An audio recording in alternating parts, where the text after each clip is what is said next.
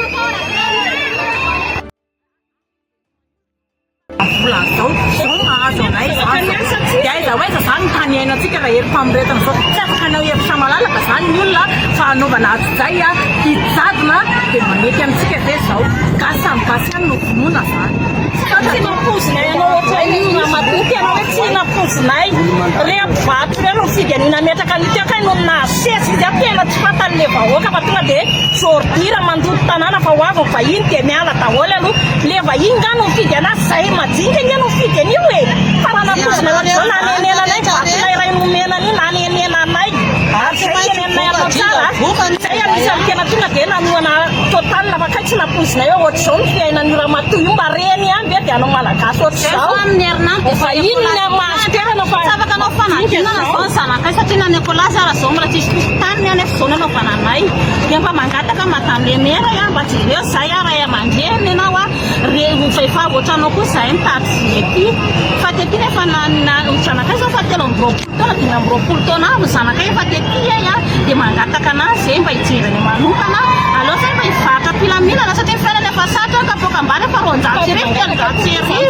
firenena mba hijereny vandy efa resaka zao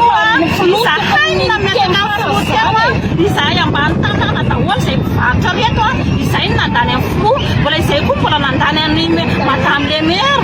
ambany tanàna daholo zay fa maninona ina atao ohatra zao mangataka tompoko babio izay fa mazanaka ary zany amin'ny herinandro tsy afaka hianatra tsy voalohany ekolazy examen eky izy nakoatran'izay nakoatran'izay misy raha olodinina toko ny teny hoe amin'ny couleur orange ny tanàna nefa ny zay vahoaka majinika mahita fa anay majinika ny tanàna fa tsy anareo lokom-boasary zany fa ny anareo lokom-boasary misy fotoana nijanonanareo ary misy fotoana elanareo noho zany aza mirehare am'le lokonareo nareo va fa hoe tapahendrena sy zavatra ataonareo aoka angamba tsy le lokonareo a loko politika anareo ny reharehanareo ve anareo ny tanàna fa zay majinika ny toko tanàna izy toa aloha tanikogasikara niteny tamin'ny andro nanao propagande hoe vahoaka ny haingony lalana dioka me madame le maire maleriva niteny tamin'ny télé hoe nataon'le atoko adversaire koa izy a nitako fa mety mahatonga ana manao an'izao zavatra zao nefa zay vahoaka mazina koa mahita hoe nataon'le mpanohatra marina mety le hoe mivarotra ny haingony tanàna noho zany mangataka fahendrena amin'ny madame le maire zay mba isaina tsara alohan'ny anao zavatra aza simbaina anatin'ny ray segonda no avindreo majinika amanaliny nisa fa tsy hoe amanjaka sotra to